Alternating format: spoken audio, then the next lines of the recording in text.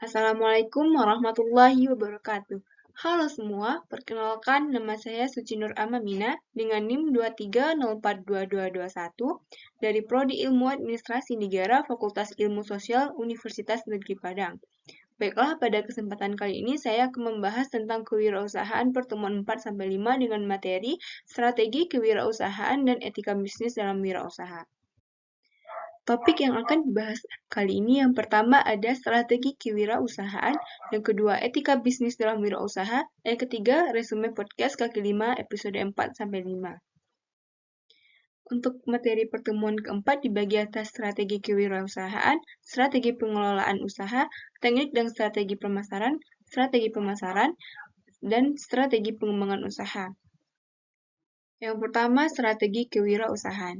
Strategi kewirausahaan merupakan cara-cara perusahaan menciptakan nilai melalui konfigurasi dan koordinasi aktivitas multi-marketing. Strategi kewirausahaan juga dapat disebut sebagai rencana yang dirancang untuk mencapai tujuan dalam menjalankan usaha. Strategi kewirausahaan dapat dilakukan dengan yang pertama melakukan perubahan. Wirausahawan harus melakukan perubahan barang dan jasa dengan menciptakan produk yang baru yang diinginkan pembeli. Yang kedua, memiliki strategi.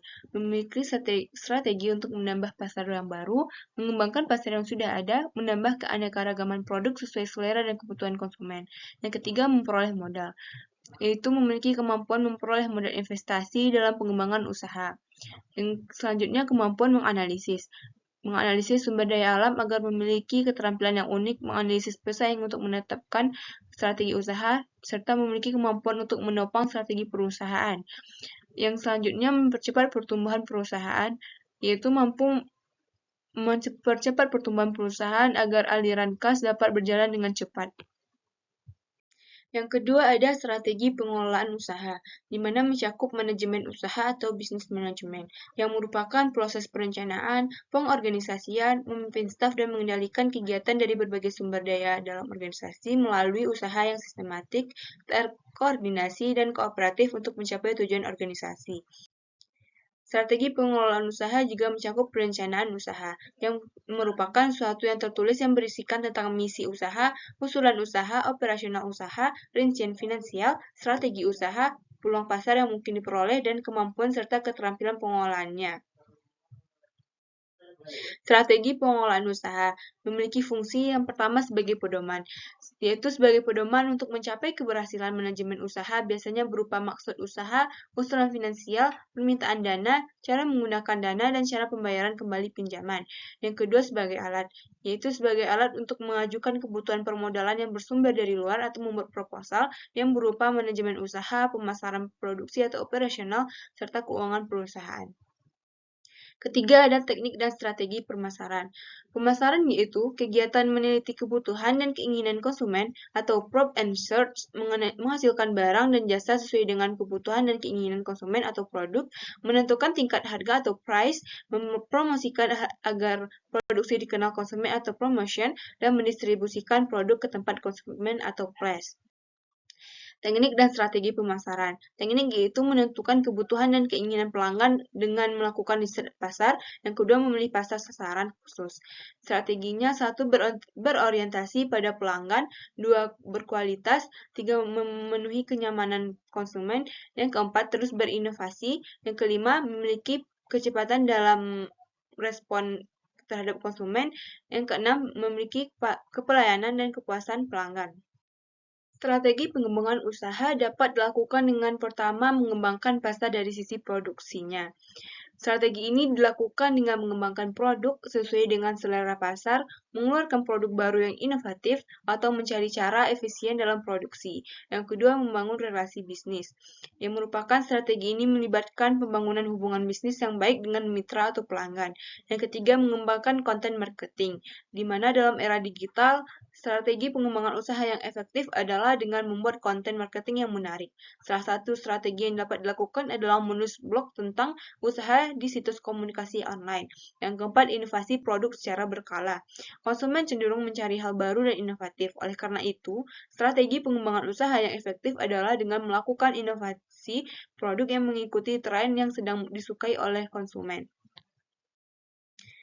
Materi yang kelima ada tentang etika. Etika bisnis dalam wirausaha, etika produk, etika persaingan, dan tata aturan dan hukum bisnis. Yang pertama ada etika bisnis dalam wirausaha. Etika bisnis dapat diartikan sebagai peraturan tidak tertulis sebagai landasan norma dan perilaku yang harus dipatuhi oleh seluruh lapisan dalam perusahaan bisnis. Etika dalam wirausaha memiliki tujuan untuk menciptakan kesejahteraan bisnis, menciptakan rekam jejak bisnis yang baik, dan memperluas jangkauan usaha. Dengan melakukan etika yang benar, akan terjadi keseimbangan hubungan antara pengusaha dengan masyarakat, pelanggan, pemerintah, dan pihak-pihak lain yang berkepentingan. Selanjutnya ada prinsip etika dalam wirausaha. Yang pertama ada kejujuran. Seorang wirausaha harus selalu bersikap jujur dalam hal apapun, baik dalam berbicara maupun bertindak. Yang kedua ada keadilan. Semua pihak yang terlibat dalam aktivitas bisnis memiliki hak menerima perlakuan yang sama dengan yang lain. Yang ketiga ada otonomi. Seorang wirausaha harus mempunyai sikap tegas dalam menciptakan keputusan. Keputusan yang dibuat tidak boleh bertentangan dengan nilai moral dan norma yang berlaku di masyarakat. Yang keempat, integritas moral. Integritas moral wajib diterapkan ke berbagai pihak. Integritas moral yang tinggi dapat meningkatkan kepercayaan publik ke perusahaan. Yang kelima adalah loyalitas dan kesetiaan. Loyalitas ke perusahaan bisa tercermin dari kerja keras selama menjalankan usaha dengan tetap mengedepankan visi dan misi perusahaan. Yang kedua ada etika produk. Etika produk adalah seperangkat prinsip-prinsip dan nilai-nilai yang menegaskan tentang benar dan salah dalam proses produksi. Yang pertama, mencakup pemanfaatan sumber daya alam haruslah ramah lingkungan. Yang kedua, produsen tidak boleh semata-mata merengkuh keuntungan tanpa memperdulikan bahan produksinya. Yang ketiga, memperdayakan tenaga kerja harus menghormati hak manusia. Yang keempat, penggunaan biaya produksi harus ditekan. Dengan biaya produksi yang murah, maka berdampak pada harga pasar. Selanjutnya ada etika persaingan. Etika persaingan dalam bisnis merupakan konsep yang menyangkut bagaimana cara yang etis dan benar dalam berbisnis, khususnya dalam persaingan usaha. Persaingan usaha dapat dibagi atas pertama persaingan sehat atau healthy competition. Adalah persaingan antara perusahaan-perusahaan atau pelaku bisnis yang diyakini tidak akan menuruti atau melakukan tindakan yang tidak layak dan cenderung mengedepankan etika bisnis. Yang kedua ada persaingan gerok leher atau cutthroat competition. Persaingan ini merupakan bentuk persaingan yang tidak sehat, di mana terjadi perebutan pasar antara beberapa pihak yang melakukan usaha yang mengarah pada menghalalkan segala cara untuk menjatuhkan lawan sehingga salah satu tersingkir dari pasar dan salah satunya menjual barang di bawah harga yang berlaku di pasar. Materi terakhir adalah tata aturan dan hukum bisnis.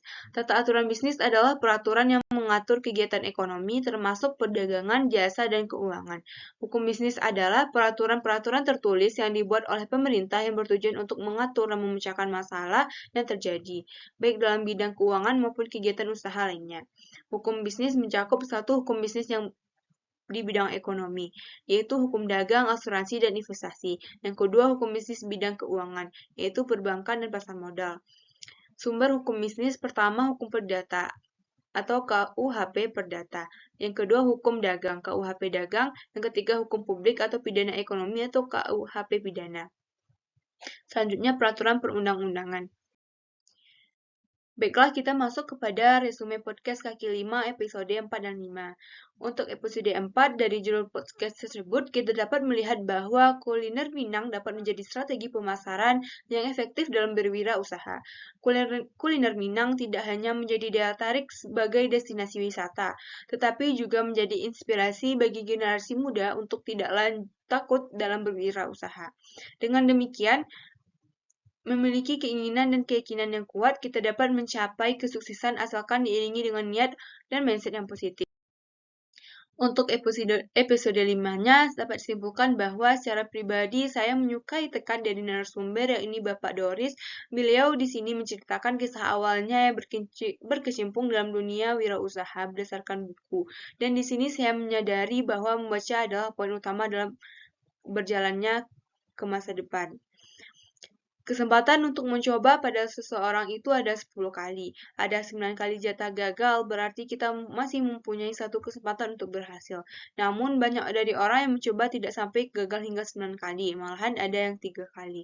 Maka dari itu, mengikuti alur kehidupan adalah solusi terbaiknya tanpa melupakan keluarga, terutama orang tua. Baiklah ini ya untuk daftar pustakanya. Baiklah, hanya sampai di situ materi yang dapat saya sampaikan. Terima kasih atas perhatian dan mohon maaf atas segala kekurangan. Assalamualaikum warahmatullahi wabarakatuh. Bye-bye.